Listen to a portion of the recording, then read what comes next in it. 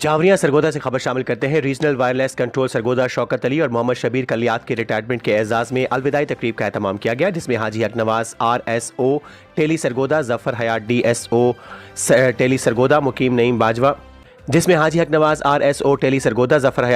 Tele Sargodha, Mohammad Naeem Bajwa SI, Mehar Qasim Sial ASI, Chaudhry Zahid Nadeem Dogar ASI, Mohammad Iftikhar ASI, Mohammad Imran Baloch ASI, Chaudhry Mohammad Hayat ASI और जवार हाजी अमजद फारूक और दीगर मेहमानान गिरामी टेली स्टाफ सरगोदा ने शिरकत की।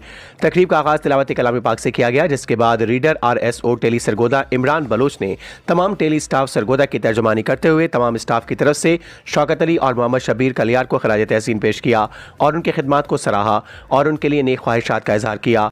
RSO और DSO टेली सरगोदा ने दोनों को हार पहनाए और एजाजी शील्ड्स पेश की, जिसके बाद रिफ्रेशमेंट की गई।